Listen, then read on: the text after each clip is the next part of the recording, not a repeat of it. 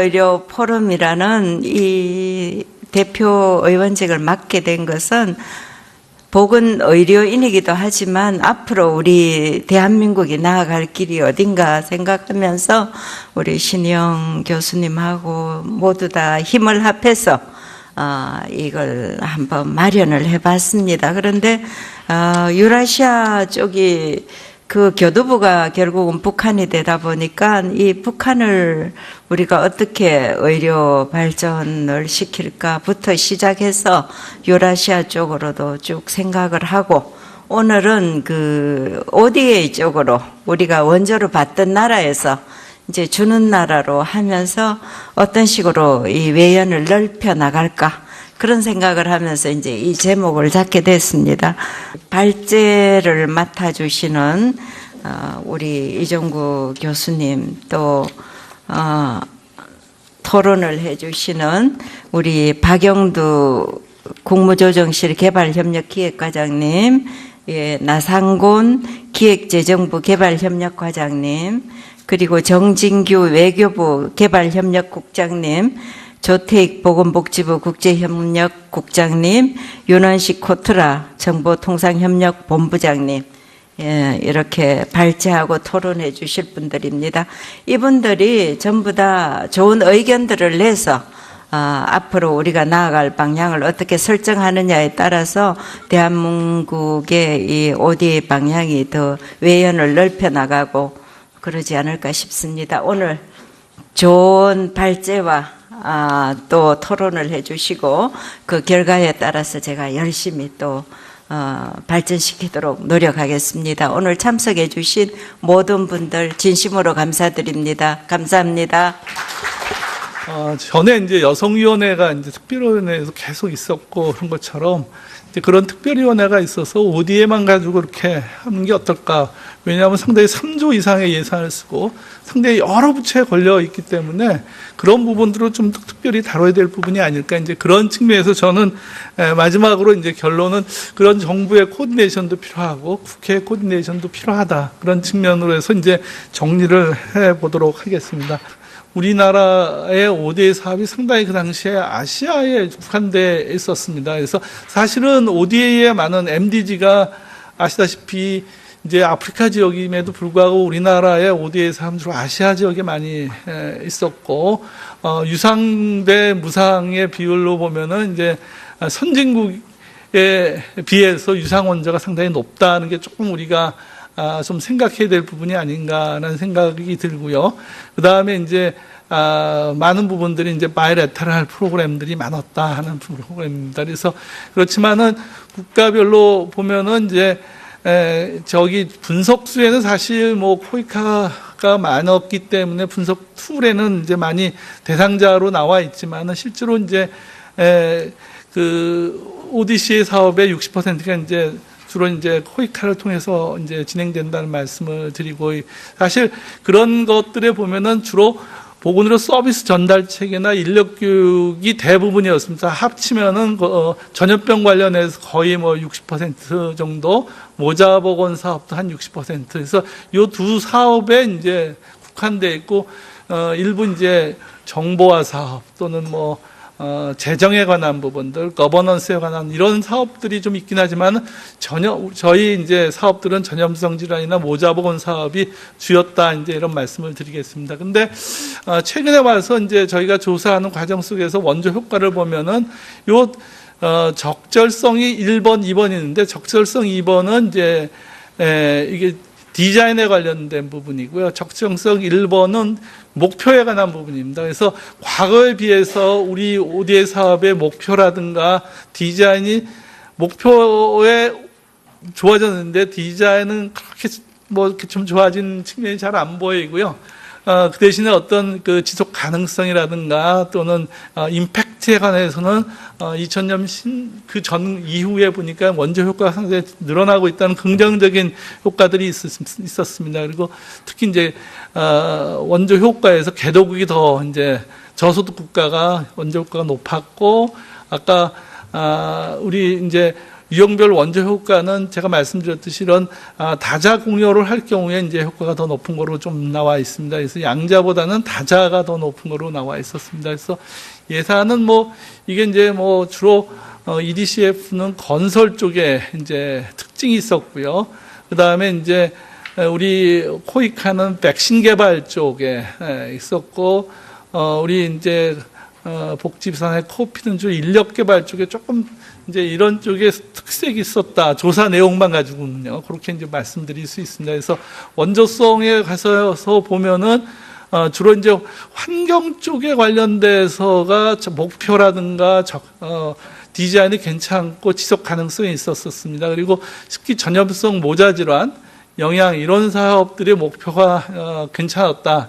이런 이제 5점 척도로 봤을 때 이제 4점 정도 어느 거는 이제 거의 90점에 가까운 점수를 얻기도 했던 것 같습니다.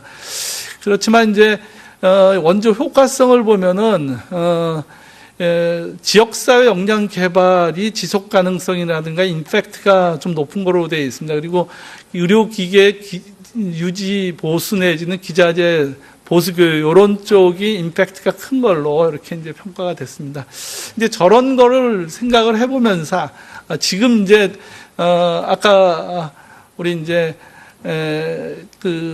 저희 이 ODA 사업 규모가 거의 뭐 2조 3천억 정도, 곧 뭐 한 3조에 가까운 예산들이 이제 쓰여지고 있고, 아까 말씀드렸듯이 다크회원의 비율이 60%, 대부분이 양자배교 형태로 이제 원조 형태로 이제 추진되고 있고, ODA 지원 사항을 보면은 이제 인구 정책과 생식보건에 거의 이제 우리가 많은 돈을 쓰고 있고, 그것들을 양자, 다자 간 추이를 비교하면은 양자보다는 다자 간, 이제 양자죠. 다자보다는 양자 쪽에 많은 이제 ODA 자금이 들어가고 있습니다. 그리고 전체 비에서 보면은 한 10%에 미달, 10% 안 되는 부분들이 이제 ODA의 보건 쪽 예산이라고 드리겠습니다. 그리고 ODA 사업에서 특히 보건 쪽 인프라 쪽에 이제 제일 많이 이제 예산이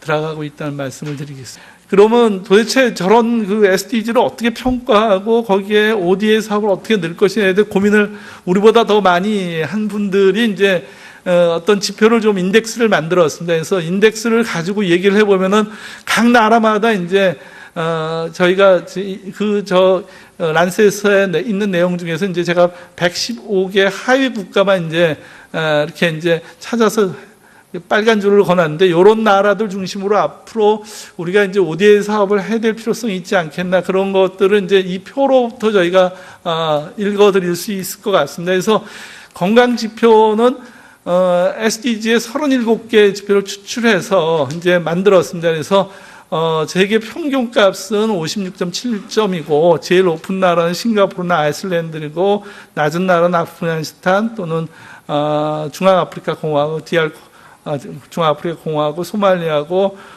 한국은 이제 3분의 1 정도가 SDG, 우리 중점 협력국이죠. 한국이 정한 중점 협력국의 3분의 1은 SDG 지표가 좀 높은 지역을 이제 하기 때문에 사실 앞으로 이 부분을 저희가 고민해야 될 부분이라고 생각이 듭니다. 그래서 SDG 관련해서 우리나라는 전 세계 한 73점을 차지해서 28위 정도에 이제 해당됩니다. 사실 28위라는 게 우리나라가 경제 규모에 비해서 건강 관련 SDG가 이렇게 별로 좋지 않다, 그렇게 높은 편은 아니다, 이런 것들이 이제 저기서 이제 서제스션이 되는데요. SDG를 왜 우리나라 걸 얘기하냐면, 우리나라 SDG도 결국은 한 나라 안에서의 문제도 해결해야 되고, 또 저런 인디케이터를 가지고 외국도 같이 도와줘야 된다, 이런 뜻입니다. 그래서 No one leave behind, 어느 한 사람도 뒤처지지 않도록 하는 것이 이제 SDG의 유엔의 정책이라는 말씀을 먼저 드립니다. 그래서 한국에 관련돼서 SDG 3에 관련돼서 1번서부터 제가 이제 8번, 9번까지죠. 9번까지의 우리나라 목표가 어떻게 설정되어 있고, 예를 들어서 지금 현황이 어떤지, 이런 부분들이 이제 보건복지부에서 조사를 좀 했었습니다. 그래서 작년에 우리 JKMS라는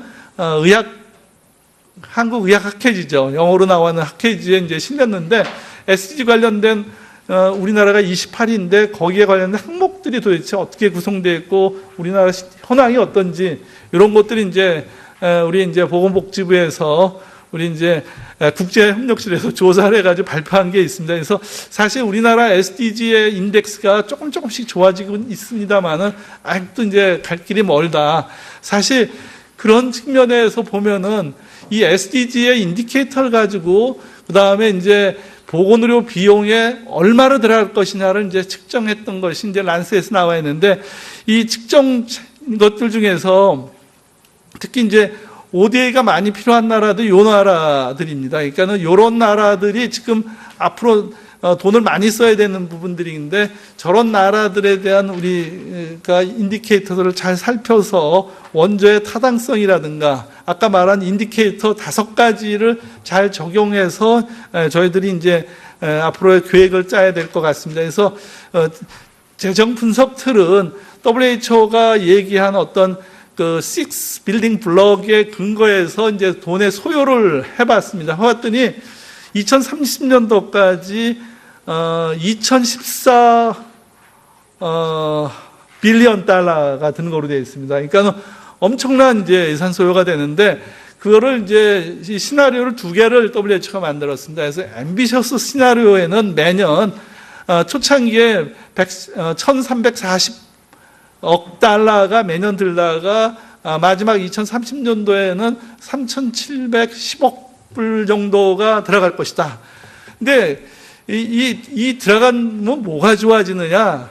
이제 이 모델에 의하면은 약 2,300만 정도의 헬스 워커가 이제 거기다가 추가가 되면서 여러 가지 새로운 이제 헬스 패슬리티가 41만 5천 개 만들어지고 그걸 통해서 이제 사망이 약 9,700만 명의 사망을 줄일 수 있다. 이제 이런 내용들을 이제 일단은 WHO 시나리오에 의하면 이제 만들어졌습니다. 그래서 앰비셔스 시나리오하고 프로그레스 시나리오가 2개 있는데 프로그레스 시나리오는 적어도 우리가 저걸 다 달성하지 못하니까 한 3분의 2 정도만 달성하면은 만족스럽다. 그래서 한 60%, 70% 그 사이에 달성하는 데 필요한 돈이 첫 해에 아시다시피 이제 1,000억 달러 정도 들어가고 마지막 해 2,740억 달러 정도 들어가서 한 사람당 41불 정도를 써야지 이제 저 목표가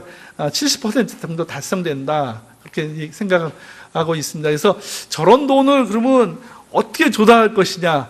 사실은 이제 그 85% 도메스틱을 이제 달성하고 나머지를 이제 외부에서 이제 이걸 도네이션 받자. 그래서 그 WHO는 저런 시나리오를 만들어서 그러면 그 시나리오에 의하면 적어도 GDP의 9.9% 돈을 써야 된다. 근데 저거를 어떻게 만들어내니까 텍스 베이스를 이제 하는데 저 모자라는 갭은 이제 결국 외부에서 도네이션을 해줘야지 문제가 해결될 것이라는 이제 그런 그 WHO의 얘기가 이제 시나리오가 이제 작년 정도에 란셋에 발표를 했습니다. 그래서 저런 거를 근거로 해서 우리가 이제 앞으로 ODA 사업을 해야 되지 않을까 생각합니다. 저런 것을 할 때 결국 월드뱅크에서는 그러면 이제 OECD입니다. OECD에서는 결국 이 2030년까지 점하는 아젠다 중에서 결국 디벨롭먼트에 필요한 것들의 아젠다를 따로 골라내고 그런 것들을 달성하기 위해서는 커먼 리저트 프레임워크를 좀 만들어서 다크가 중심으로 해서 좀 만들어야 되지 않겠느냐. 이제 저런 모델링 앞에서 이제 월드뱅크나 또는 뭐 WHO에서 돈이 들어간다고 하는데 그 돈의 흐름이나 돈을 쓰는 방법에 대해서 이런 다크 중심으로 해서 디벨롭먼트 코퍼레이션을 만들어서 뭔가 좀 국제기구, 국제적으로 좀 일을 해야 되지 않겠나 그런 서제스턴을 OECD에서 내놓고 있습니다. 그래서 저런 거를 봤을 때 앞으로 이제 우리가 해야 될 부분에 대해서 조금 고민해야 될 게 여태까지 우리가 사업 선정이나 지표들이 과연 이제 제대로 이제 되어 있는지 그런 ODA의 작년이죠. 어떤 4대 구성 목표, 소녀들의 보다 나은 삶, 모두를 위한 안전한 삶, 보다 나은 삶을 위한 과학기술 혁신, 또는 직업기술 학교 사업 지원 사업, 어떤 플랫폼이 조금 이제 SDG하고 좀 이제 맥락이 좀 이렇게 맞지 않는 부분들이 있어 보입니다. 그래서 앞으로 이제 그런 국제적 맥락과 좀 같이 가야 될 어떤 사업의 선정과 평가 지표를 만들 필요가 있다는 말씀을 드리고요. 그 다음에 이제 다크에서도 우리나라 평가를 좀 해보니까는 그렇게 이제 뭐 유상이나 무상들 차지한 비율에 특별히 문제는 없어 보이지만은 아까 말씀드린 대로 이제 원조 비율이 너무 높다. 원조 수단을 이제 무상으로 많이 돌려야 될 필요성이 있지 않겠냐. 그런 것들을 이제 지적을 하고 있습니다. 그래서 저런 이제 하면서 한편으로 이제 정부 내에서 어떤 일관성을 가지려면은 적어도 이제 거버넌스에 관련된 부분이 일관성이 있어야 되는데 이 원조 정책과 비원조 정책 또 이제 아까 말씀드린 민간과 공공에 관련된 어떤 이런 것들의 일관성이 있는 정책이 좀 필요하고 그 다음에 국제 개발 협력에 관한 명확한 비전과 원칙이 좀 필요하지 않겠나 그런 측면에서 다크 회원국에서 우리나라에 관련돼서 정책 관련된 부분 또 정책의 실행과 조정에 관련된 부분 모니터 이런 부분에 좀 더 신경을 써서 더 해야 될 필요성이 있겠다 그런 의견을 제시를 한 바 있었습니다. 그래서 그런 거를 할 때 결국은 이 원조의 어떤 그 정책의 일관성을 유지하려면 어떤 분절화가 되는 거를 노력해야 되는데 결과적으로 국제개발협력위원회를 통한 통합조정 능력 어떤 강화가 될 필요성이 있겠다. 그런 것들이 제기되고 있고 또 서로 이런 것을 강화하기 위해서는 정보 공유와 또 사업 간의 연계 또 해외 현지 사무소들 간의 협력 관계 어떤 이제 특히 이제 이 공통적인 내용이지만 보건의료 부분은 적어도 오늘 주제가 이제 보건의료에 관한 부분이기 때문에 어떤 통합 연계 강화가 필요하다 이제 이런 측면을 말씀을 드리겠습니다.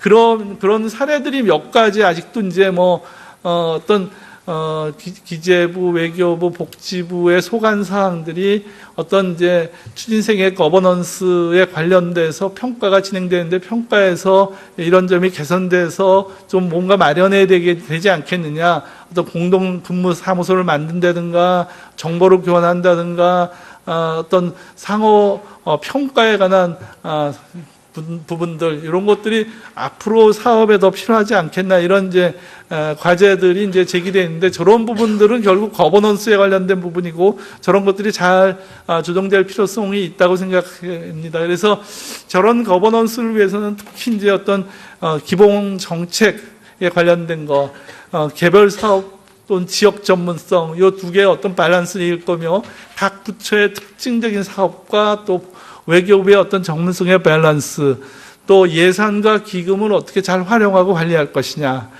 특히 이제 우리가 약한 부분들이 ODA 사업을 하고 나서 근거를 창출하고 저게 학술화되고 이제 아까 제가 란셋을 말씀드렸지만 저런 데에 자료로서 한번 우리가 한 일을 좀 논문화시키고 그런 작업들이 우리가 사실 부족한 것 같습니다. 그래서 어떤 학술지에 게재를 하고 학술 활동하는 것들이 한편으로 학교가 도와줘야 되고 ODA 사업이 투명하고 또 발전하는 근거가 이런 학술적인 활동을 통해서 검증될 거라고 생각합니다.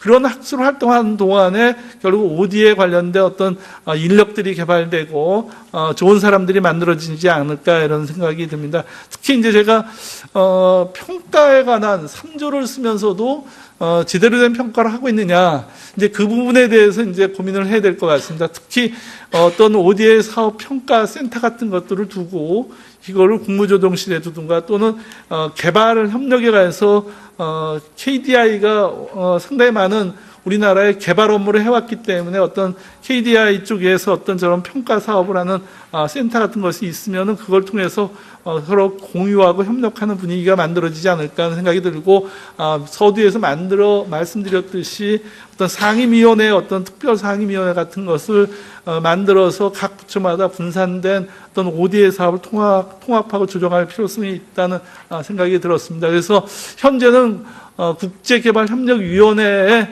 주관하에서 이루어지고 있습니다. 그래서 여기서 어떤 조정과 모니터 분석이 일어나고 있는데, 이제 저런 부분들이 한편으로 이제 현재 행정기구라면은 저 행정이 좀 더 원활하게 일어나기 위해서 국회 중심의 어떤 SDG에 관련된 어떤 그 특별위원회를 통해서 우리 원조와 어떤 국제적인 어떤 스탠다드에 접근할 수 있는 전략을 짜든가, 그런 부분들이 이제 정부의 조정 능력으로서 필요할 것 같고, 한다면 어떤 이런 평가 체계를 독립적으로 가져갈 필요성이 있겠다고 생각합니다. 마지막으로 이제 제가 민간 부분이 한 일이 상당히 많고, 또 어떤 기부를 통해서 하는 일들도 꽤 많습니다. 물론 이제 이런 요새 와서 기부 문화가 상당히 위축되어 있는데, 사실은 국제 원조에도 상당히 많은 부분이 기부 문화입니다. 이제 알다시피 이제 빌 게이츠는 거의 뭐 기부에 의해서 이루어지는 이제 이런 사업들입니다. 그래서 이런 민간 단체를 활성화시키는 전략으로서 어떤 기부 문화를 활성화시켜야 하는 부분들이 있다는 것은, 그리고 그걸 통해서 이제 정부하고 공공의 어떤 ODA 사업과 민간의 어떤 활성화가 상당히 필요하고, 그 연결고리에 이제 국회가 좀 나서서 어떤 파트너십 형성에 노력을 해야 될 필요성이 있다고 생각합니다. 특히 그리고 이제 학교의 역할은 결국 평가하고 연구하는 겁니다. 그래서 저희들이 학교에서 사회공헌 교육자 교수 협의회에서 아마 이런 대외 ODA 사업을 학교가 했을 경우에 어떤 사업 형태를 어떤 형식의 이제 사업 형태가 있을 것인가. 물론 여기에 상당히 EDCF나 또는 코이카에서 어떤 대학을 지어준다든가 또는 어떤 병원을 지어준다든가 뭐 이런 부분들에 대학이 참여해서 그 나라를 개발시켜주는 프로그램도 사업 규모는 크지만은 그런 것들이 어떤 사회 공헌으로서 대학이 참여하는 것은 결국 파트너십의 일종이라고 이제 이렇게 대학은 생각을 하고 있습니다. 그래서 대학은 저런 걸 통해서 국제사회에 어떤 공헌을 하려고 노력하고요. 또 기업이라든가 또 각종 연구소도 이제 필요할 거로 보고, 어떤 국제개발, 국제기구와도 협력, WHO라든가 EDCD라든가 또는 월드뱅크, UNDP, 각종 OECD요. 잘못 말씀드렸습니다. 그래서 국제기구하고도 협력해서 이를 추진해야 될 필요성이 있겠다고 생각합니다. 이상으로 이제 앞으로 저 미래에는 SDG를 중심으로 해서 개발 협력이 이제 이루어지고, 그런 SDG를 달성하기 위해서는 정부의 ODA 사업뿐만 아니고 민간의 어떤 파트너십도 상당히 중요하다고 생각이 들고, 또 이런 것들을 엮어내기 위해서는 국회가 좀 어떤 특별위원회라든가 이런 걸 통해서 모아낼 필요성이 있지 않겠나, 이런 말씀을 좀 드리도록 하겠습니다. 이상 마치겠습니다. 지금 보건 분야를 보면은 우리 이제 외교부의 원조 예산이 금년에 한 1조 원 정도 됩니다. 근데 코이카가 한 8천억이 좀 넘고 한 4,500억 이제 이 정도 될 것 같고, 외교부가 쓰는 것이 한 2천억 정도 될 것 같은데요. 그 중에서 크게 보면은 보건 분야가 한 2천억 정도 이렇게 죄송합니다. 한 4천억 정도, 이 정도 얼로케이트가 되어 있습니다. 전체적으로 한 22%를 쓰고 있고, 1조 원이니까 죄송합니다. 다시 정정하겠습니다. 한 2,200억 정도를 쓰게 돼 있고요. 그리고 질병퇴치기금 아까 이종구 교수님 말씀을 하셨는데, 360억 원 정도를 이제 쓰게 됩니다. 그래서 전체적으로 보면은 한 2,500억 정도가 우리 외교부가 쓰는 돈들인데, 2,500억에 있어서의 우리의 디벨롭먼트 디맨드가 뭔지, 그리고 국제사회가 요구하는 것이 뭔지를 이렇게 미트를 시키는 것은 어떻게 보면은 되게 어려운 일인데 또 어떻게 보면 굉장히 그 쉬운 일일 수도 있습니다. 저희 그 개발 협력 분야에 그 보건 쪽의 그 전문가 분들이 또 여러 분 계시고 또 의료 분야를 하시면서 개발 협력의 일을 하시는 분들이 굉장히 많이 계시기 때문에 우리 대한민국의 원조 전략의 그 국내와 국외적인 그런 수요 그리고 우리가 할 수 있는 그 좀 더 큰 그 시너지를 그 낼 수 있는 분야들을 찾아내는 그런 어떤 그 딜리버레이션 프로세스가 그런 어떤 논의 프로세스가 이제는 아까 이 교수님께서도 말씀하셨듯이 그 만들어져야 되는 그런 시점인 것 같습니다. 그래서 우리가 잘할 수 있는 분야를 우리가 더 많은 한국의 인력을 포함시켜서 참여시켜서 그 참여의 효과를 국제사회에 넘겨주고 그 시너지가 다시 우리나라의 그 관련되는 의료 분야, 의학 분야, 약학 분야 이런 분야에 다시 환류돼서 더 큰 그 발전을 이루어내면서 한국이 점점 의료 분야, 의학 분야에 그 중심이 되게 하는 그런 그 거시적인 그 원조 전략이 그 만들어져야 될 때가 아닌가 이렇게 생각이 됩니다.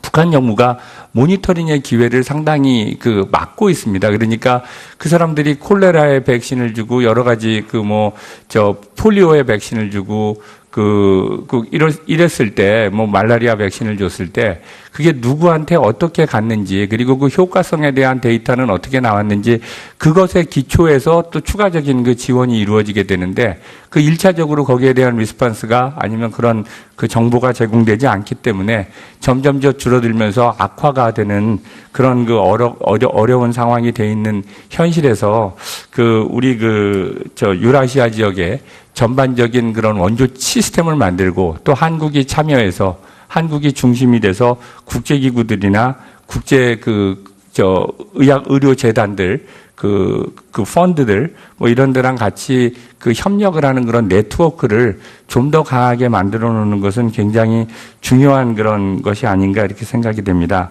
그리고 마지막으로 의학 분야를 제외하고도 지금 건강보험이라든가 사회보장제도라든가 우리가 여러 가지 의료 전달 체제와 관련되는 그런 시스템들을 많이 만들어 놨기 때문에 그거는 북한을 떠나서 아시아 지역이라든가 유라시아 지역에 정책 협력을 통해서 많이 협력할 수 있는 부분이 아닌가 이렇게 생각이 됩니다. 끝으로 한 가지만 말씀드리면 아까 말씀을 드렸던 건데 우리나라의 지금 원조 환경을 전체적으로 보면 최근에 이제 신남방 정책이라든가 아니면 아시아에 포커스를 둬야 된다는 그런 지적들이 많이 나오고 있는데 그 부분에 대해서 한 가지 잠깐 말씀을 드리도록 하겠습니다.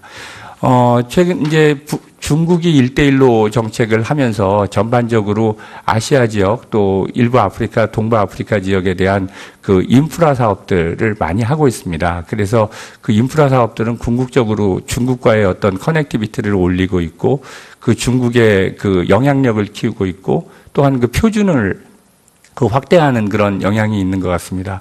거기에 대해서 지금 최근에 일본은 2010년경부터 에이시아 커넥티비티 이니셔티브라는 걸 해서 중국이 매년 한 300억 정도 원조 자금을 쓴다고 그러는데 일본은 지금 누적 액수로 한 300억 정도, 260억 불 정도의 인프라에 대한 투자를 지금 하고 있습니다. 그러다 보니까 이제 호주가 그전에는 전 세계를 지원하는 그런 어떤 원조 모델을 가지고 있었는데, 비숍 장관이 들어온 이후에 정책을 바꿔서 93%를 아시아의 시큐리티와 아시아의 프로스페리티를 쓴다고 그러는데 상당 부분 기후변화와 의료 분야에 돈을 쓰고 있습니다. 그래서 그러면 그런 아시아의 어떤 ODA 환경 하에서 한국이 강점을 가질 부분이 무엇이냐. 그런 부분들에 대해서 우리가 좀 더 전략적인 검토를 많이 해야 되고 아세안 10개국 그리고 인도와 우리가 협력을 해서 더 많은 시너지를 낼 수 있는 분야가 어떤 부분이냐라고 생각을 해본다면은 의료 분야가 굉장히 중요하고 의료 분야는 ODA로만 해결할 부분들이 아니라 아까 이 교수님 말씀하신 대로 PPP 형식으로 여러 대학이라든가 아니면 이의료 재단이라든가 아니면 외국의 글로벌 펀드라든가 이런 민간 재원들을 더 많이 확보를 하고 또 민간이 가지고 있는 게 재원뿐만 아니라 전문 인력들이 포함이 되기 때문에 우리의 베스트 파트를 그 ODA에 엮어서 ODA하고 결합시켜서 해외로 나갈 수 있게 하는 그런 방법론들을 보다 더 전향적이고 그 적극적으로 모색해야 되는 그런 시점이라고 인식하고 있습니다. 고맙습니다. 만나서 반갑습니다. 국제협력관 조태익입니다. 우리나라는 거기서 어떤 활동을 하고 있는가? 뭐 G20 저희가 뭐 일원인 거는 다 아실 거고 저희도 참여를 했습니다. 질본 본부장이 차관급이신데 참석을 했고 그 다음에 글로벌 보건안보 구상 좀 전에 말씀드렸던 거기에 작년에 저희가 1년간 선도그룹 의장국을 했습니다. 그래서 저개발국에 이제 감염병 대응 역량을 이제 지원하는 노력을 해서 국제 보건안보 증진에도 기여를 하고 있습니다.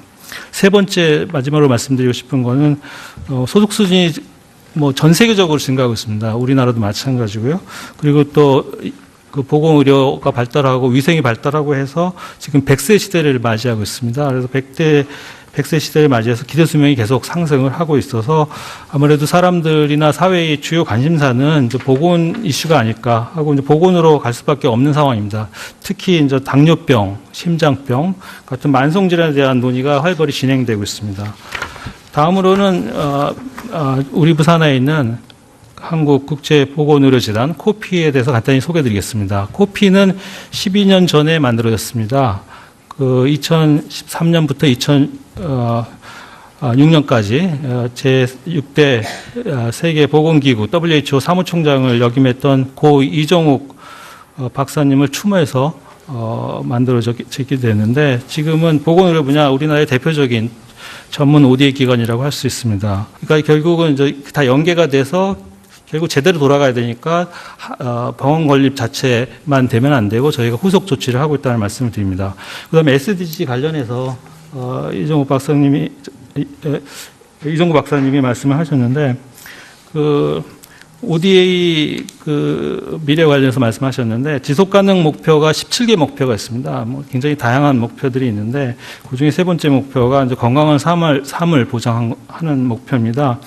근데 그 건강한 삶 목표는 그 여러 ODA와 서로 다 연결이 되어 있습니다. 목표, 뭐, 아까 말씀드린 물, 교육, 뭐, 환경, 뭐, 직업, 그 다음에 뭐, 도시, 다른 것, 뭐, 그 다음에 뭐, 그런, 평화까지도 다 연결이 되는 그런 굉장히 상호 연계를 시켰는데, 코피가 하는 일은 저희가 이제 그러한 변화를 받아들여서 그 같은 모자보건 사업을 하더라도 그 최종 목표는 수원국 스스로 자립해서 역량을 강화하고 확보할 수 있도록 지원하는 겁니다.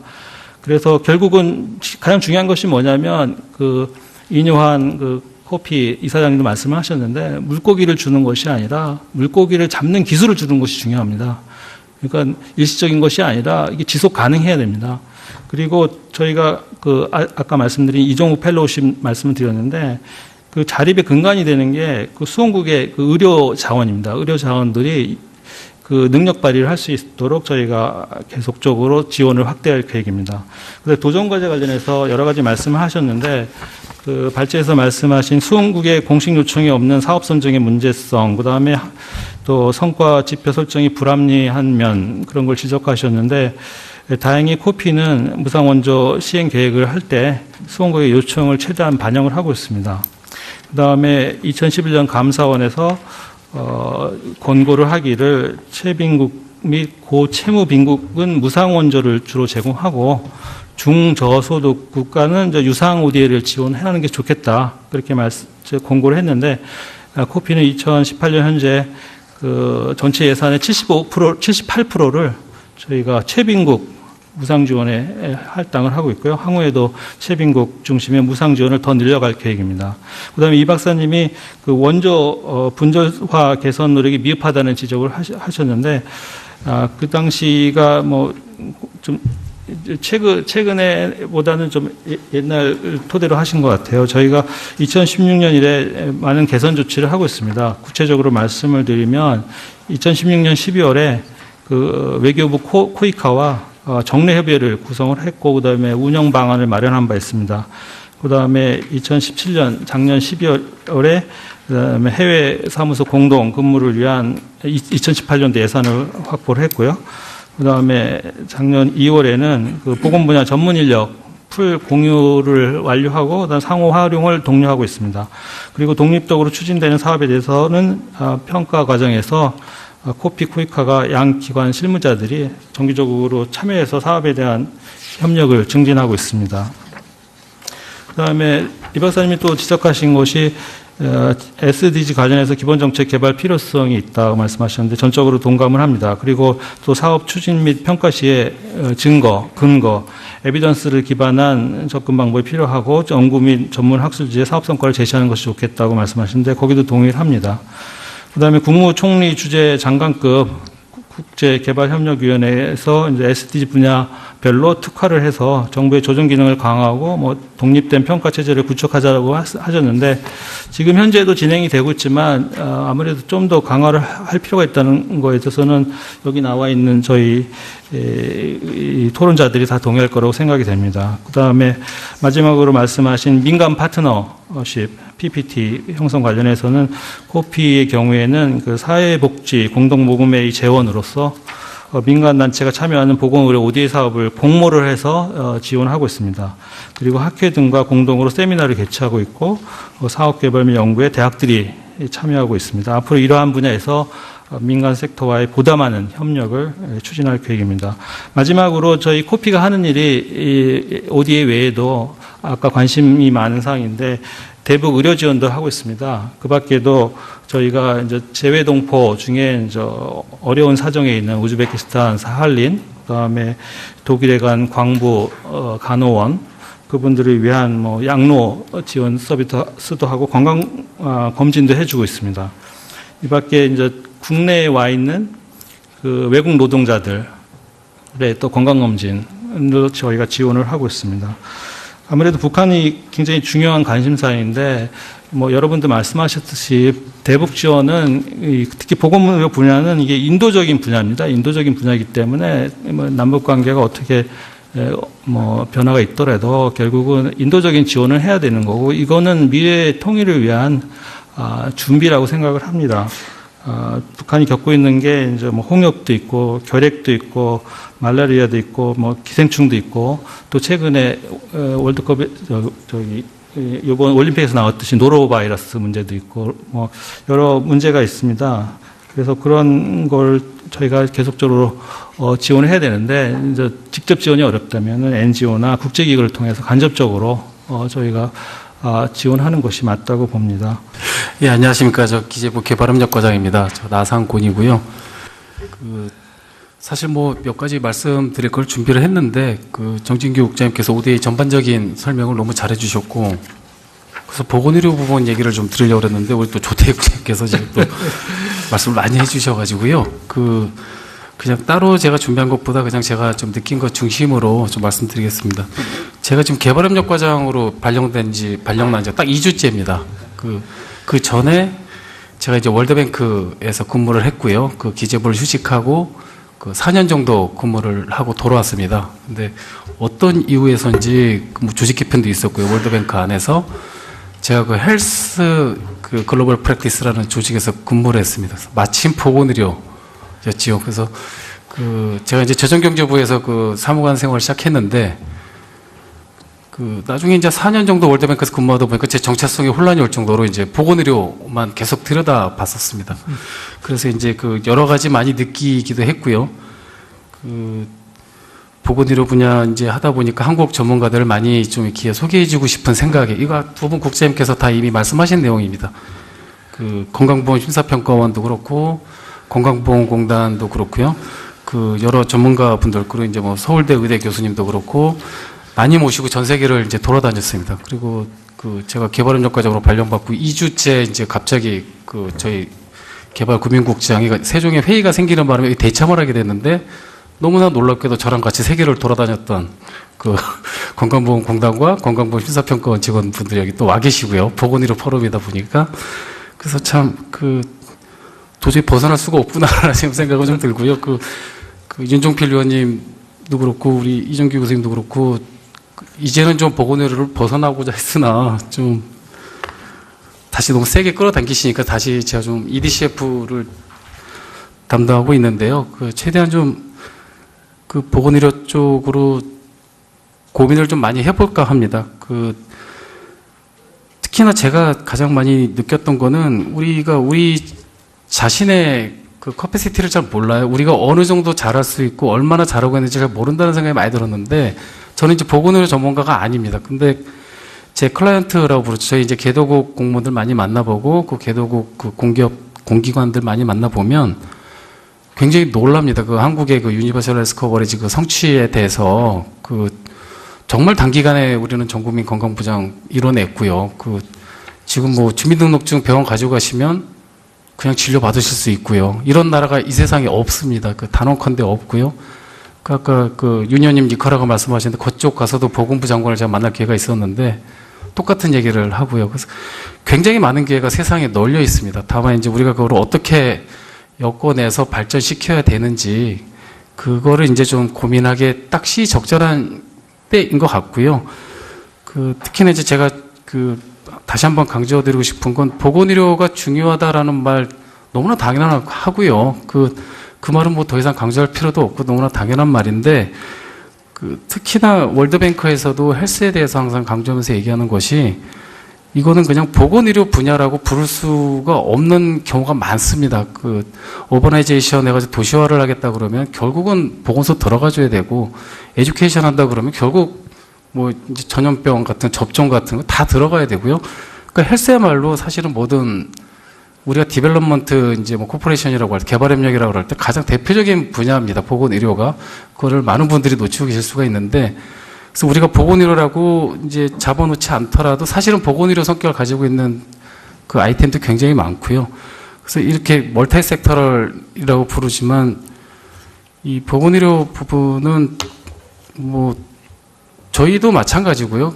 저희 이제 공무조정실에서 이제 다 국제개발협력위원회를 통해서 다 조정을 해주시지만 외교부가 이제 가장 올라운드 플레이어고요. 같이 협력해서 보건 분야 지원은 아주 비약적으로 늘어날 것임을 좀 믿어 의심치 않습니다.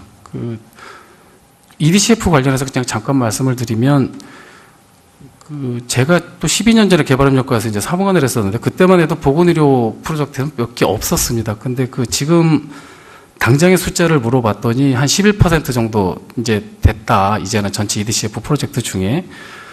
그리고 앞으로 한 3년 이내에 이게 또 15% 정도 늘어날 것 같다고 합니다. 이게 사실은 다른 섹터를 생각하면 말도 안 되는 증가입니다. 사실은 보건의료 때문에 이렇게 많이 보건의료이기 때문에 이렇게 많이 늘어난다는 점 좀 말씀드리고 싶고요.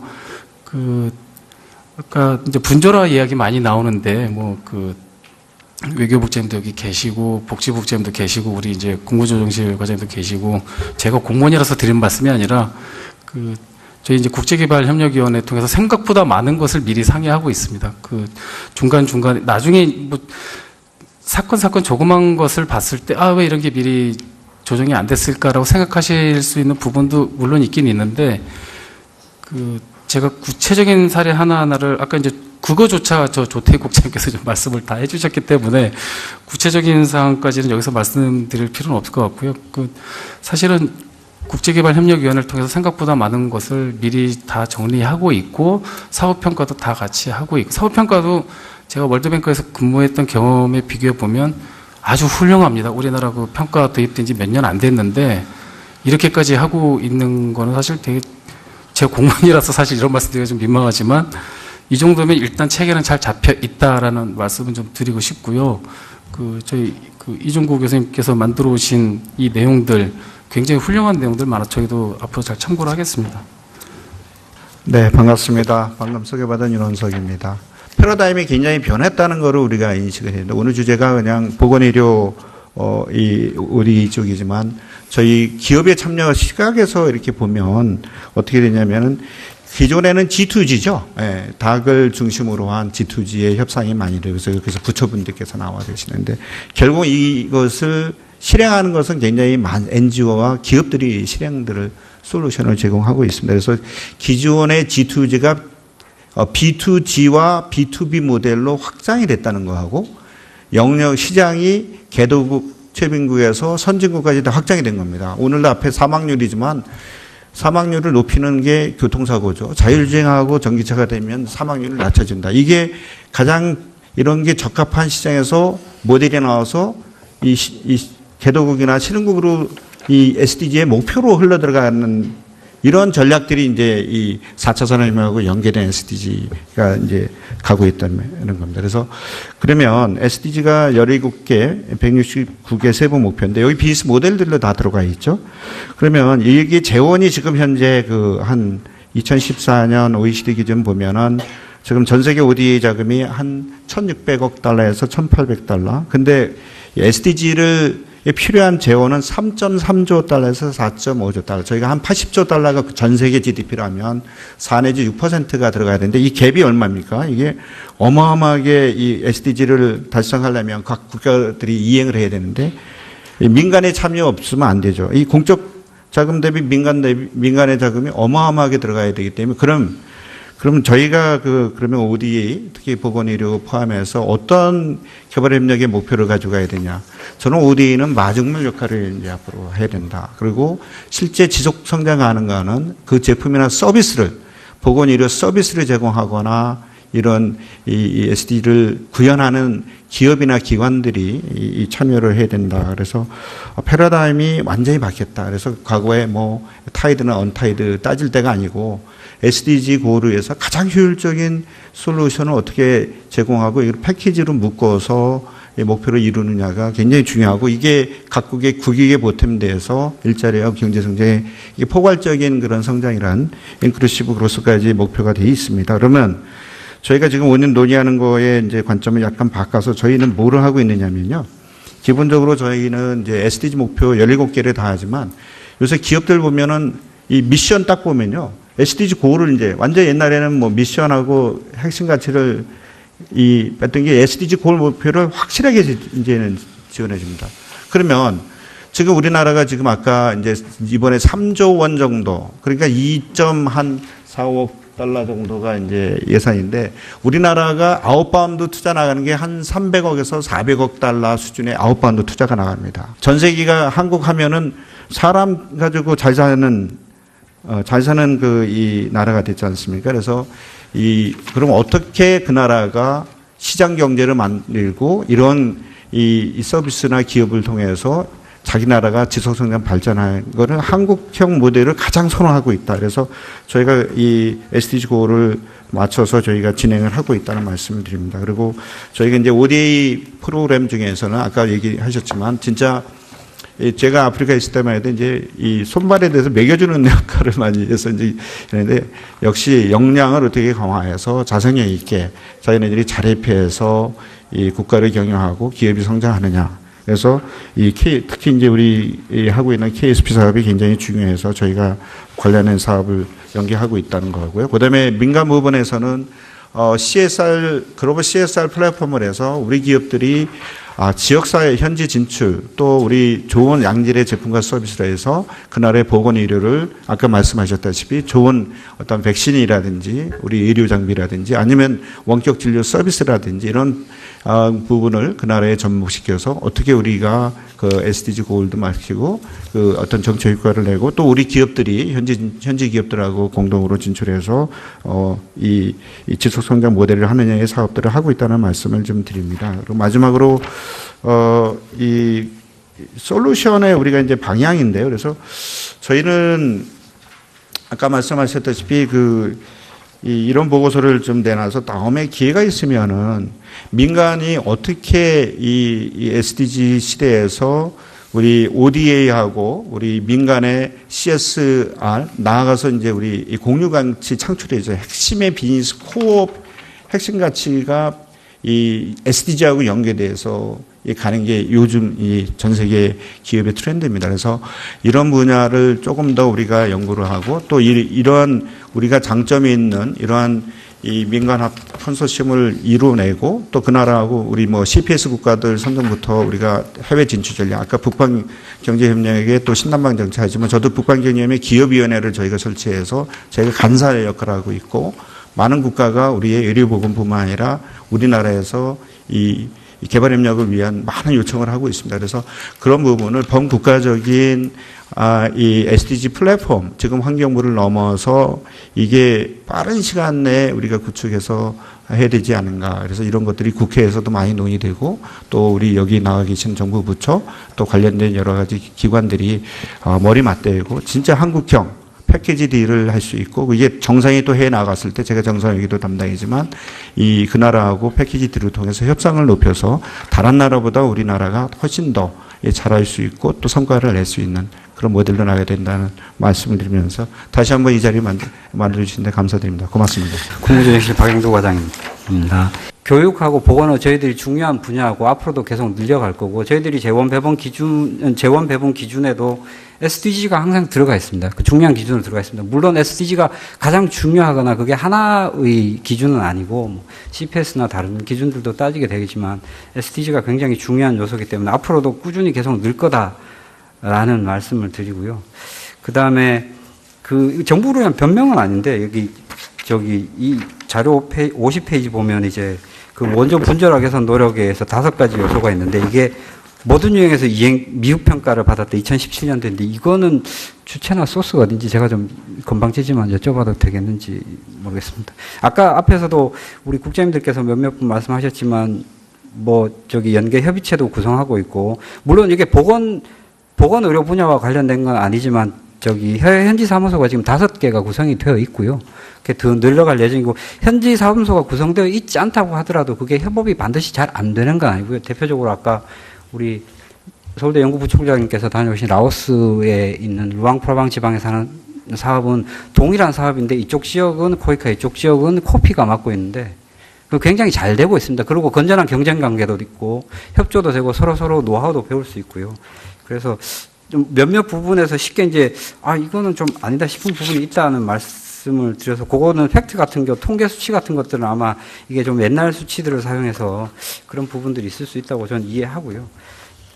총리실 입장에서만 앞서 말씀드린 것들을 제외하고 총리실에서 하는 것들 중심으로 말씀드리면 총리실에서는 주로 조정을 하면서 연계나 그런 부분들을 많이 보고 있습니다. 그래서 연계를 많이 보고 있는데 연계는 지금 이 보건의료 사업과 관련해서 이렇게 지적되는 것들이 주로 이제 외부나 OECD 같은 데서 지적되는 게 단기 프로젝트 사업이 많다. 소규모 단기 프로젝트 사업이 많고 장기 사업이 적다. 연계가 부족하다. 이런 지적들인데요. 단기 프로젝트 사업들이 많은 건 이게 조금 이렇게 모순되는 측면들이 있는 게 저희들이 그 최빈국에 있는 의료 서비스 같으면 이게 따지고 보면 아까 그런 의료 인력 교육시키는 것도 이렇게 계속 사업이라고는 하지만 그 성격으로 보면 1년짜리 사업들이 계속되는 것인데 좀 장기적으로 개선하는 사업들은 저희들이 의료 전달 체계라든가 사회보장 체계나 그런 전반적인 거버넌스까지 손봐주는 장기 프로젝트를 하려면 사실 최빈국보다는 중소득국이라 가야 되고 지금 유라시아도 아프리카를 제외하고 유라시아들 국가들 중에 저희들이 수원국들 중에 최빈국 기준이 거의 1000불 미만인가 그런데요. 거기에 맞는 나라들은 잘 없습니다. 대부분 중소득국이거나 하위 중소득이거나 상위 중소득국이기 때문에 단기 프로젝트 위주다라는 것들은 저희들이 앞으로 그 장기 프로젝트로 넘어가려면 오히려 최빈국보다는 중소득국에 대한 좀 장기적인 프로젝트를 추진하는 거여야 된다는 의미가 돼서 약간 이렇게 모순점이 있어서 좀 고민스럽긴 합니다만 한번 논의를 해보도록 하겠습니다. 정부 입장에서는 이렇게 동의되는 부분도 있고 동의가 되지 않는 부분도 있습니다. 저희들 수치만 놓고 보면 다른 선진국들에 비해서 저희들이 그 예산 기준으로 분절화되어 있다라고 보기 힘듭니다. 근데 그러니까 겉으로 드러나는 게 3조 중에 한 40몇 개 기관이 참여하니까 너무 많은 기관이 참여하는 거 아니냐, 분절화되어 있다, 겹치는 부분이 있다. 이제 그렇게 하시는데 아까 여기 복지부 국장님도 코피가 하는 장점을 말씀하셨고 코트라도 말씀하셨지만 각 기관들이 특정 사업들에 대해서 이렇게 오너십을 실제로 가지고 있는 경우도 있고요. 주장하는 경우도 있고 해서 또 그 기관이 실제로 잘하는 부분도 있고 해서 이게 무작정 이렇게 분절을 위해서 통합을 하는 게 좋으냐 하는 건 있습니다. 정부도 이 부분은 이제 최근에 몇 년간 계속 지적돼 왔던 문제이기 때문에 어떻게 이 분절화 문제를 해결할까 하는 논의가 밑에 시행기관부터 청와대까지 지금 다 논의가 진행되고 있고요. 점점 더 개선된 모습으로 갈 거라고 생각하는데 그 중에 이제 아까 말씀하신 분야별, 그러니까 특화된 보건 분야 특화된 그 국제개발협력위원회 역할 이런 것들은 좋은 아이디어라고 생각하고요. 저희들이 이게 17개 분야를 다 무슨 장관 주재, 총리 주재로 회의체를 끌고 가는 거는 좀 불가능하다고 생각되고요. 그 하위 단계에서 장관님이나 차관 주재로 이렇게 분야별로 특정 분야 빅3 예를 들면 보건이나 교통이나 교육 분야 정도는 만들어서 따로 심의하는 것도 가능하다고 생각하고 외교부에서 아마 무관여할 때 무상 그 사업 조정할 때 분과별로는 지금 따로 뭔가를 하고 있는 걸로 알고 있습니다. 그 정도 일단 1차에서는 그 정도 말씀을 드리고요. 어쨌든 사실은 국무조정실에서 먼저 나서서 이런 고민들을 많이 했었어야 되는데 박사님께서 이렇게 좋은 제안을 해주셔서 감사하다는 말씀 드리고 저희들이 국회의를 운영하면서 많이 참고하도록 하겠습니다. 감사합니다.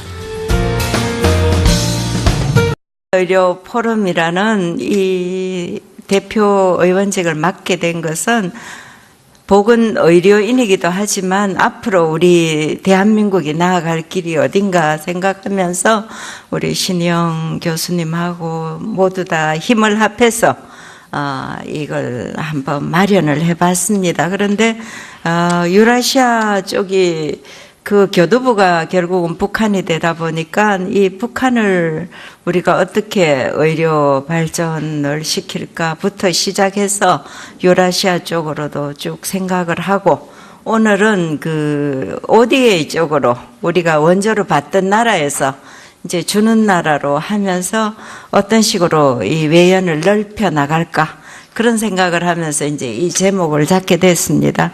발제를 맡아주시는 우리 이종구 교수님 또 토론을 해주시는 우리 박영두 국무조정실 개발협력기획과장님, 예, 나상곤 기획재정부 개발협력과장님, 그리고 정진규 외교부 개발협력국장님, 조태익 보건복지부 국제협력국장님, 윤원식 코트라 정보통상협력본부장님, 예, 이렇게 발제하고 토론해 주실 분들입니다. 이분들이 전부 다 좋은 의견들을 내서 앞으로 우리가 나아갈 방향을 어떻게 설정하느냐에 따라서 대한민국의 이 ODA 방향이 더 외연을 넓혀 나가고 그러지 않을까 싶습니다. 오늘 좋은 발제와 또 토론을 해주시고 그 결과에 따라서 제가 열심히 또 발전시키도록 노력하겠습니다. 오늘 참석해 주신 모든 분들 진심으로 감사드립니다. 감사합니다. 전에 이제 여성위원회가 이제 특별위원회에서 계속 있었고 그런 것처럼 이제 그런 특별위원회가 있어서 ODA만 가지고 이렇게 하는 게 어떨까? 왜냐하면 상당히 3조 이상의 예산을 쓰고 상당히 여러 부처에 걸려 있기 때문에 그런 부분들을 좀 특별히 다뤄야 될 부분이 아닐까. 이제 그런 측면에서 저는 마지막으로 이제 결론은 그런 정부의 코디네이션도 필요하고 국회의 코디네이션도 필요하다. 그런 측면으로 해서 이제 정리를 해 보도록 하겠습니다. 우리나라의 ODA 사업이 상당히 그 당시에 아시아에 국한돼 있었습니다. 그래서 사실은 ODA에 많은 MDG가 아시다시피 이제 아프리카 지역임에도 불구하고 우리나라의 ODA 사업은 주로 아시아 지역에 많이 있었고, 유상 대 무상의 비율로 보면은 이제 선진국에 비해서 유상 원조가 상당히 높다는 게 조금 우리가 좀 생각해야 될 부분이 아닌가라는 생각이 들고요. 그 다음에 이제 많은 부분들이 이제 바이레터럴 프로그램들이 많았다 하는 프로그램입니다. 그래서 그렇지만은 국가별로 보면은 이제 저기 분석수에는 사실 뭐 코이카가 많았기 때문에 분석 툴에는 이제 많이 대상자로 나와 있지만은 실제로 이제 그 ODC 사업의 60%가 이제 주로 이제 코이카를 통해서 이제 진행된다는 말씀을 드리고, 사실 그런 것들에 보면은 주로 보건의료 서비스 전달 체계나 인력 교육이 대부분이었습니다. 합치면은 전염병 관련해서 거의 뭐 60% 정도, 모자보건 사업도 한 60%. 그래서 이 두 사업에 이제 국한돼 있고, 일부 이제 정보화 사업 또는 뭐 재정에 관한 부분들, 거버넌스에 관한 이런 사업들이 좀 있긴 하지만 저희 이제 사업들은 전염성 질환이나 모자보건 사업이 주였다, 이제 이런 말씀을 드리겠습니다. 근데 최근에 와서 이제 저희가 조사하는 과정 속에서 원조 효과를 보면은 적절성이 1번, 2번이 있는데 적절성 2번은 이제 이게 디자인에 관련된 부분이고요. 적정성 1번은 목표에 관한 부분입니다. 그래서 과거에 비해서 우리 ODA 사업의 목표라든가 디자인이 목표에 좋아졌는데 디자인은 그렇게 뭐 이렇게 좀 좋아진 측면이 잘 안 보이고요.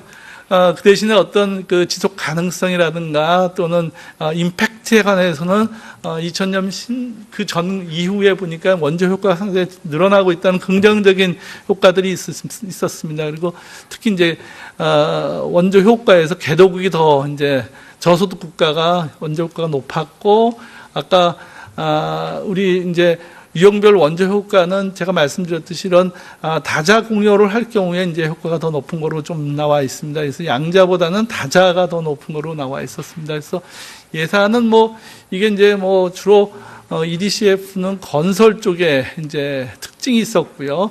그 다음에 이제 우리 코이카는 백신 개발 쪽에 있었고, 우리 이제 복지부산의 코피는 주로 인력 개발 쪽에 조금 이제 이런 쪽에 특색이 있었다. 조사 내용만 가지고는요. 그렇게 이제 말씀드릴 수 있습니다. 그래서 원조성에 가서 보면은 주로 이제 환경 쪽에 관련돼서가 목표라든가 디자인이 괜찮고 지속 가능성이 있었습니다. 그리고 특히 전염성 모자 질환, 영양 이런 사업들의 목표가 괜찮았다. 이런 이제 5점 척도로 봤을 때 이제 4점 정도 어느 거는 이제 거의 90점에 가까운 점수를 얻기도 했던 것 같습니다.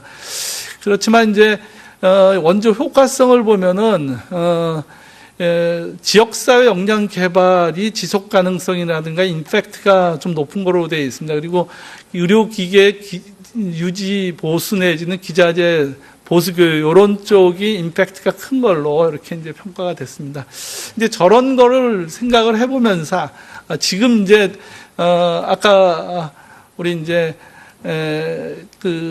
저희 이 ODA 사업 규모가 거의 뭐 2조 3천억 정도, 곧 뭐 한 3조에 가까운 예산들이 이제 쓰여지고 있고, 아까 말씀드렸듯이 다크회원의 비율이 60%, 대부분이 양자외교 형태로 이제 원조 형태로 이제 추진되고 있고, ODA 지원 사항을 보면은 이제 인구 정책과 생식보건에 거의 이제 우리가 많은 돈을 쓰고 있고, 그것들을 양자 다자 간 추이를 비교하면은 양자보다는 다자 간 이제 양자죠. 다자보다는 양자 쪽에 많은 이제 ODA 자금이 들어가고 있습니다. 그리고 전체 비에서 보면은 한 10%의 미달, 10% 안 되는 부분들이 이제 ODA의 보건 쪽 예산이라고 드리겠습니다. 그리고 ODA 사업에서 특히 보건 쪽 인프라 쪽에 이제 제일 많이 이제 예산이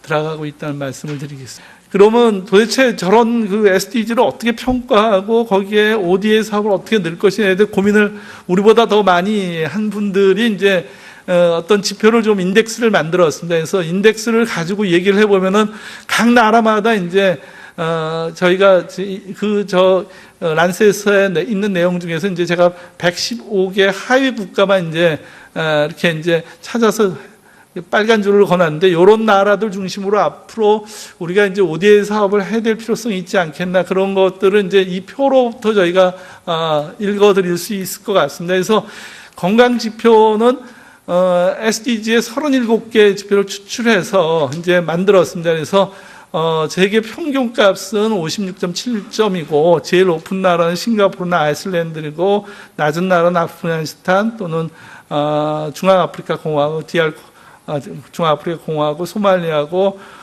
한국은 이제 3분의 1 정도가 SDG, 우리 중점 협력국이죠. 한국이 정한 중점 협력국의 3분의 1은 SDG 지표가 좀 높은 지역을 이제 하기 때문에 사실 앞으로 이 부분을 저희가 고민해야 될 부분이라고 생각이 듭니다. 그래서 SDG 관련해서 우리나라는 전 세계 한 73점을 차지해서 28위 정도에 이제 해당됩니다. 사실 28위라는 게 우리나라가 경제 규모에 비해서 건강 관련 SDG가 이렇게 별로 좋지 않다, 그렇게 높은 편은 아니다, 이런 것들이 이제 저기서 이제 서제스션이 되는데요.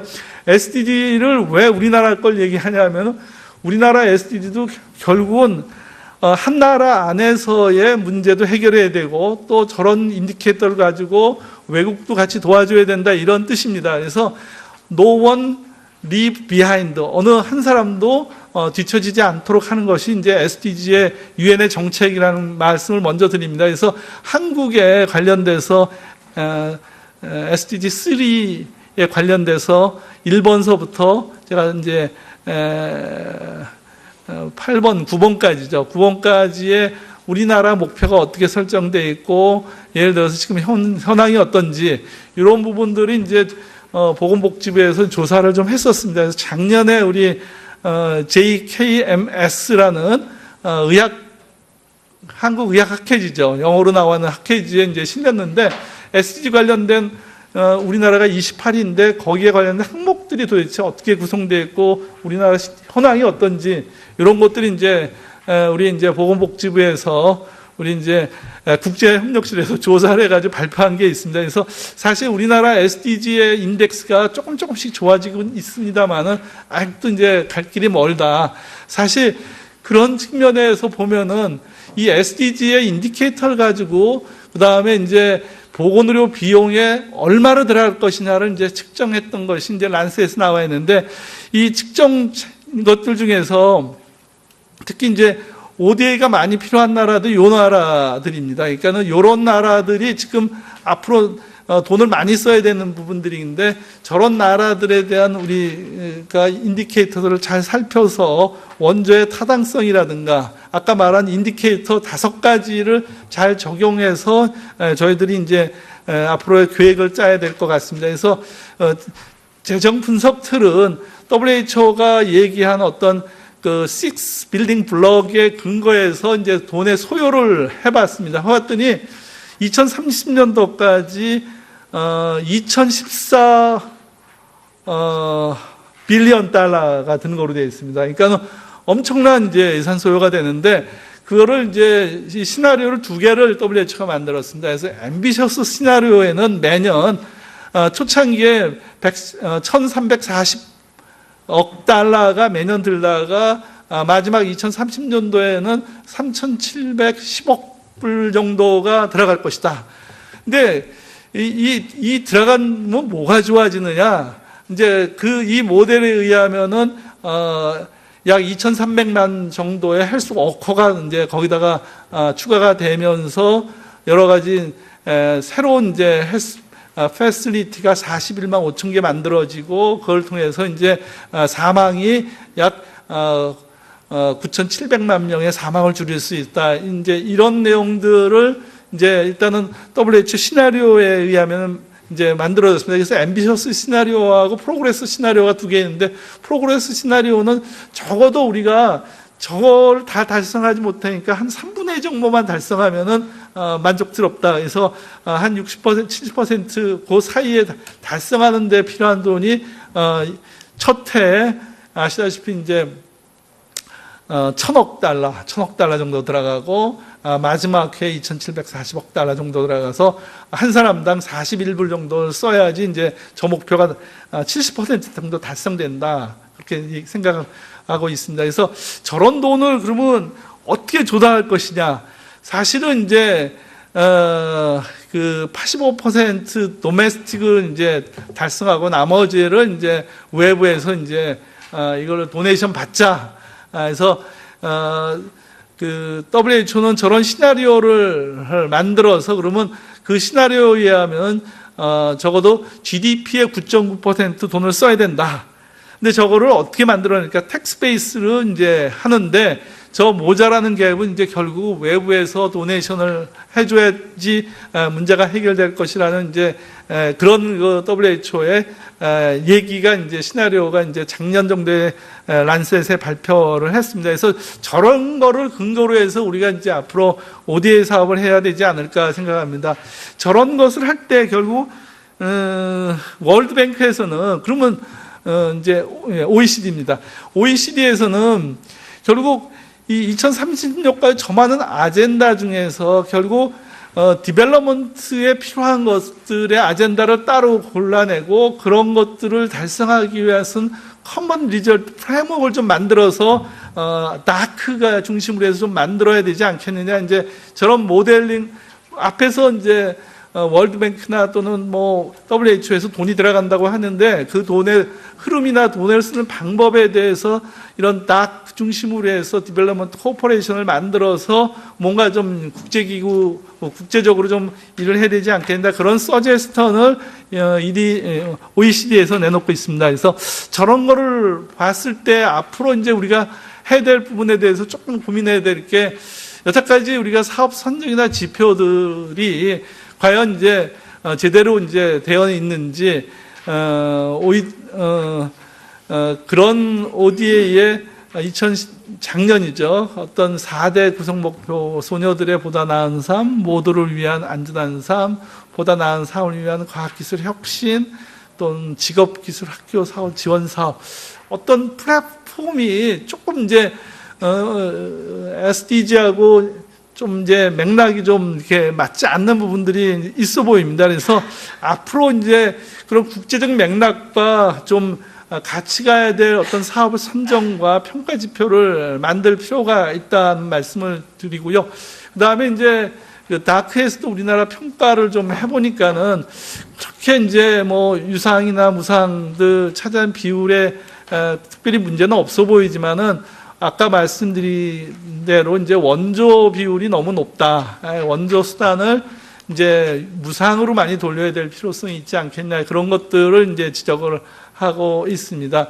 그래서 저런 이제 하면서 한편으로 이제 정부 내에서 어떤 일관성을 가지려면은 적어도 이제 거버넌스에 관련된 부분이 일관성이 있어야 되는데 이 원조 정책과 비원조 정책 또 이제 아까 말씀드린 민간과 공공에 관련된 어떤 이런 것들의 일관성이 있는 정책이 좀 필요하고 그 다음에 국제 개발 협력에 관한 명확한 비전과 원칙이 좀 필요하지 않겠나 그런 측면에서 다크 회원국에서 우리나라에 관련돼서 정책 관련된 부분 또 정책의 실행과 조정에 관련된 부분 모니터 이런 부분에 좀 더 신경을 써서 더 해야 될 필요성이 있겠다 그런 의견을 제시를 한 바 있었습니다. 그래서 그런 거를 할 때 결국은 이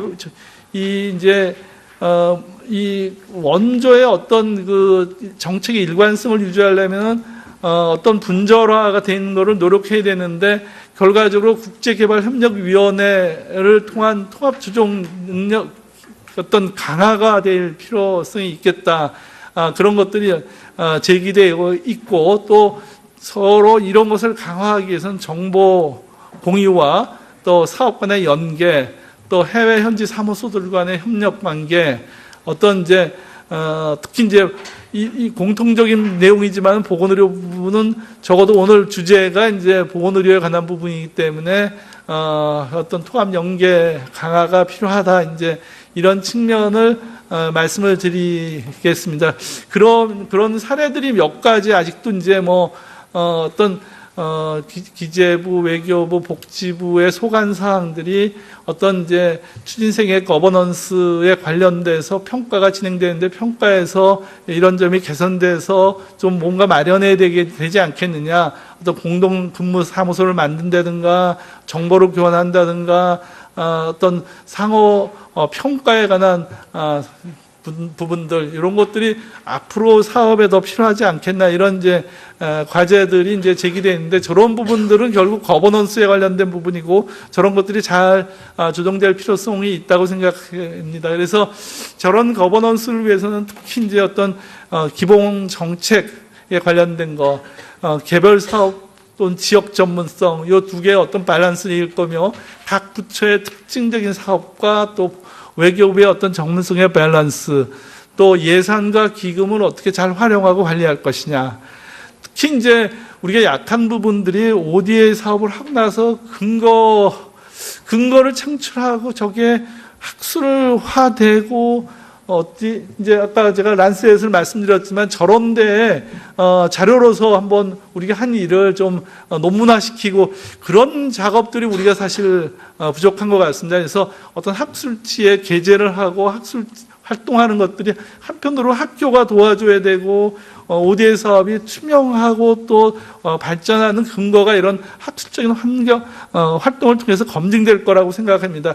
그런 학술 활동하는 동안에 결국 ODA 관련된 어떤 인력들이 개발되고 좋은 사람들이 만들어지지 않을까 이런 생각이 듭니다. 특히 이제 제가 평가에 관한 3조를 쓰면서도 제대로 된 평가를 하고 있느냐, 이제 그 부분에 대해서 이제 고민을 해야 될 것 같습니다. 특히 어떤 ODA 사업 평가 센터 같은 것들을 두고 이거를 국무조정실에 두든가 또는 개발 협력에 가서 KDI가 상당히 많은 우리나라의 개발 업무를 해왔기 때문에 어떤 KDI 쪽에서 어떤 저런 평가 사업을 하는 센터 같은 것이 있으면은 그걸 통해서 서로 공유하고 협력하는 분위기가 만들어지지 않을까 하는 생각이 들고, 서두에서 말씀드렸듯이 어떤 상임위원회, 어떤 특별 상임위원회 같은 것을 만들어서 각 부처마다 분산된 어떤 ODA 사업을 통합하고 조정할 필요성이 있다는 생각이 들었습니다. 그래서 현재는 국제개발협력위원회의 주관하에서 이루어지고 있습니다. 그래서 여기서 어떤 조정과 모니터 분석이 일어나고 있는데, 이제 저런 부분들이 한편으로 이제 현재 행정기구라면은 저 행정이 좀 더 원활하게 일어나기 위해서 국회 중심의 어떤 SDG에 관련된 어떤 그 특별위원회를 통해서 우리 원조와 어떤 국제적인 어떤 스탠다드에 접근할 수 있는 전략을 짜든가 그런 부분들이 이제 정부의 조정 능력으로서 필요할 것 같고, 한다면 어떤 이런 평가 체계를 독립적으로 가져갈 필요성이 있겠다고 생각합니다. 마지막으로 이제 제가 민간 부분이 한 일이 상당히 많고 또 어떤 기부를 통해서 하는 일들도 꽤 많습니다. 물론 이제 이런 요새 와서 기부 문화가 상당히 위축되어 있는데, 사실은 국제 원조에도 상당히 많은 부분이 기부 문화입니다. 이제 알다시피 이제 빌 게이츠는 거의 뭐 기부에 의해서 이루어지는 이제 이런 사업들입니다. 그래서 이런 민간 단체를 활성화시키는 전략으로서 어떤 기부 문화를 활성화시켜야 하는 부분들이 있다는 것은 결국 그걸 통해서 이제 정부하고 공공의 어떤 ODA 사업과 민간의 어떤 활성화가 상당히 필요하고, 그 연결고리에 이제 국회가 좀 나서서 어떤 파트너십 형성에 노력을 해야 될 필요성이 있다고 생각합니다. 특히 그리고 이제 학교의 역할은 결국 평가하고 연구하는 겁니다. 그래서 저희들이 학교에서 사회공헌 교육자 교수 협의회에서 아마 이런 대외 ODA 사업을 학교가 했을 경우에 어떤 사업 형태를 어떤 형식의 이제 사업 형태가 있을 것인가. 물론 여기에 상당히 EDCF나 또는 코이카에서 어떤 대학을 지어준다든가 또는 어떤 병원을 지어준다든가 뭐 이런 부분들에 대학이 참여해서 그 나라를 개발시켜주는 프로그램도 사업 규모는 크지만은 그런 것들이 어떤 사회 공헌으로서 대학이 참여하는 것은 결국 파트너십의 일종이라고 이제 이렇게 대학은 생각을 하고 있습니다. 그래서 대학은 저런 걸 통해서 국제사회에 어떤 공헌을 하려고 노력하고요. 또 기업이라든가 또 각종 연구소도 이제 필요할 거로 보고, 어떤 국제기구와도 협력, WHO라든가 EDCD라든가 또는 월드뱅크, UNDP, 각종 OECD요. 잘못 말씀드렸습니다. 그래서 국제기구하고도 협력해서 이를 추진해야 될 필요성이 있겠다고 생각합니다. 이상으로 이제 앞으로 저 미래에는 SDG를 중심으로 해서 개발 협력이 이제 이루어지고, 그런 SDG를 달성하기 위해서는 정부의 ODA 사업뿐만 아니고 민간의 어떤 파트너십도 상당히 중요하다고 생각이 들고, 또 이런 것들을 엮어내기 위해서는 국회가 좀 어떤 특별위원회라든가 이런 걸 통해서 모아낼 필요성이 있지 않겠나, 이런 말씀을 좀 드리도록 하겠습니다. 이상 마치겠습니다. 지금 보건 분야를 보면은 우리 이제 외교부의 원조 예산이 금년에 한 1조 원 정도 됩니다. 근데 코이카가 한 8천억이 좀 넘고 한 8,400억 이제 이 정도 될 것 같고, 외교부가 쓰는 것이 한 2천억 정도 될 것 같은데요. 그 중에서 크게 보면은 보건 분야가 한 2천억 정도 이렇게 죄송합니다. 한 4천억 정도 이 정도 얼로케이트가 되어 있습니다. 전체적으로 한 22%를 쓰고 있고 1조 원이니까 죄송합니다. 다시 정정하겠습니다. 한 2,200억 정도, 2,200억 정도를 쓰게 돼 있고요. 그리고 질병퇴치기금 아까 그 이종구 교수님 말씀을 하셨는데 그 360억 원 정도를 이제 쓰게 됩니다. 그래서 전체적으로 보면은 한 2,500억 정도가 우리 그 외교부가 쓰는 돈들인데 그 2,500억에 있어서의 우리의 그 디벨롭먼트 디맨드가 뭔지 그리고 그 국제사회가 요구하는 것이 뭔지를 이렇게 미트를 시키는 것은 어떻게 보면은 되게 어려운 일인데 또 어떻게 보면 굉장히 그 쉬운 일일 수도 있습니다. 저희 그 개발 협력 분야에 그 보건 쪽의 그 전문가 분들이 또 여러 분 계시고 또 의료 분야를 하시면서 개발협력의 일을 하시는 분들이 굉장히 많이 계시기 때문에 우리 대한민국의 원조 전략의 그 국내와 국외적인 그런 수요 그리고 우리가 할 수 있는 그 좀 더 큰 그 시너지를 그 낼 수 있는 분야들을 찾아내는 그런 어떤 그 딜리버레이션 프로세스가 그런 어떤 논의 프로세스가 이제는 아까 이 교수님께서도 말씀하셨듯이 그 만들어져야 되는 그런 시점인 것 같습니다. 그래서 우리가 잘할 수 있는 분야를 우리가 더 많은 한국의 인력을 포함시켜서 참여시켜서 그 참여의 효과를 국제사회에 넘겨주고 그 시너지가 다시 우리나라의 그 관련되는 의료 분야, 의학 분야, 약학 분야 이런 분야에 다시 환류돼서 더 큰 그 발전을 이루어내면서 한국이 점점 의료 분야, 의학 분야에 그 중심이 되게 하는 그런 그 거시적인 그 원조 전략이 그 만들어져야 될 때가 아닌가 이렇게 생각이 됩니다. 북한 정부가 모니터링의 기회를 상당히 그 막고 있습니다. 그러니까 그 사람들이 콜레라의 백신을 주고 여러 가지 폴리오의 백신을 주고 이랬을 때, 말라리아 백신을 줬을 때, 그게 누구한테 어떻게 갔는지, 그리고 그 효과성에 대한 데이터는 어떻게 나왔는지, 그것에 기초해서 또 추가적인 그 지원이 이루어지게 되는데, 그 1차적으로 거기에 대한 리스폰스가 아니면 그런 그 정보가 제공되지 않기 때문에 점점 줄어들면서 악화가 되는 그런 그 어려운 상황이 돼 있는 현실에서 우리 유라시아 지역에 전반적인 그런 원조 시스템을 만들고 또 한국이 참여해서 한국이 중심이 돼서 국제기구들이나 국제 의료재단들 그 펀드들 이런 데랑 같이 그 협력을 하는 그런 네트워크를 좀 더 강하게 만들어 놓는 것은 굉장히 중요한 그런 것이 아닌가 이렇게 생각이 됩니다. 그리고 마지막으로 그 의학 분야를 제외하고도 지금 건강보험이라든가 사회보장제도라든가 우리가 여러 가지 그 의료 전달 체제와 관련되는 그런 시스템들을 많이 만들어 놨기 때문에 그거는 북한을 떠나서 그 아시아 지역이라든가 유라시아 지역에 그 정책 협력을 통해서 많이 협력할 수 있는 부분이 아닌가 이렇게 생각이 됩니다. 끝으로 한 가지만 말씀드리면 아까 그 말씀을 드렸던 건데 우리나라의 지금 원조 환경을 전체적으로 보면 최근에 이제 신남방 정책이라든가 아니면 아시아에 그 포커스를 둬야 된다는 그런 지적들이 많이 나오고 있는데 그 부분에 대해서 한 가지 잠깐 말씀을 드리도록 하겠습니다.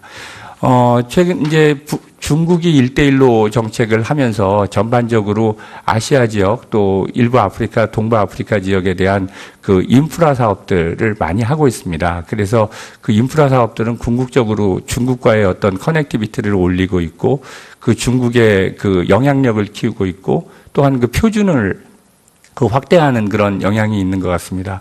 거기에 대해서 지금 최근에 일본은 2010년경부터 그 에이시아 커넥티비티 이니셔티브라는 걸 해서 중국이 매년 한 300억 정도 원조 자금을 쓴다고 그러는데 일본은 지금 누적 액수로 한 300억 정도, 260억 불 정도의 그 인프라에 대한 투자를 지금 하고 있습니다. 그러다 보니까 이제 호주가 그전에는 전 세계를 지원하는 그런 어떤 원조 모델을 가지고 있었는데, 비숍 장관이 들어온 이후에 정책을 바꿔서 93%를 아시아의 시큐리티와 아시아의 프로스페리티로 쓴다고 그러는데 상당 부분 기후변화와 의료 분야에 돈을 쓰고 있습니다. 그래서 그러면 그런 그 아시아의 어떤 그 ODA 환경 하에서 한국이 강점을 가질 부분이 무엇이냐. 그런 부분들에 대해서 우리가 좀 더 전략적인 검토를 많이 해야 되고 아세안 10개국 그리고 인도와 우리가 그 협력을 해서 더 많은 시너지를 낼 수 있는 분야가 어떤 부분이냐라고 생각을 해본다면은 의료 분야가 굉장히 중요하고 의료 분야는 ODA로만 해결할 부분들이 아니라 아까 이 교수님 말씀하신 대로 PPP 형식으로 여러 그 대학이라든가 아니면 이의료 재단이라든가 아니면 외국의 글로벌 펀드라든가 이런 그 민간 재원들을 더 많이 확보를 하고 또 민간이 가지고 있는 게 재원뿐만 아니라 전문 인력들이 포함이 되기 때문에 우리의 그 베스트 파트를 그 ODA에 엮어서 ODA하고 결합시켜서 해외로 나갈 수 있게 하는 그런 방법론들을 보다 더 전향적이고 그 적극적으로 모색해야 되는 그런 시점이라고 인식하고 있습니다. 고맙습니다. 만나서 반갑습니다. 국제협력관 조태익입니다. 우리나라는 거기서 어떤 활동을 하고 있는가? 뭐 G20 저희가 뭐 일원인 거는 다 아실 거고 저희도 참여를 했습니다. 질병 본부장이 차관급이신데 참석을 했고 그 다음에 글로벌 보건안보 구상 좀 전에 말씀드렸던 거기에 작년에 저희가 1년간 선도그룹 의장국을 했습니다. 그래서 저개발국의 이제 감염병 대응 역량을 이제 지원하는 노력을 해서 국제 보건안보 증진에도 기여를 하고 있습니다. 세 번째 마지막으로 말씀드리고 싶은 거는 소득 수준이 뭐 전 세계적으로 증가하고 있습니다. 우리나라도 마찬가지고요. 그리고 또 그 보건의료가 발달하고 위생이 발달하고 해서 지금 100세 시대를 맞이하고 있습니다. 그래서 100세 시대를 맞이해서 기대 수명이 계속 상승을 하고 있어서 아무래도 사람들이나 사회의 주요 관심사는 이제 보건 이슈가 아닐까 하고 이제 보건으로 갈 수밖에 없는 상황입니다. 특히 이제 당뇨병, 심장병 같은 만성 질환에 대한 논의가 활발히 진행되고 있습니다. 다음으로는 우리 부산에 있는 한국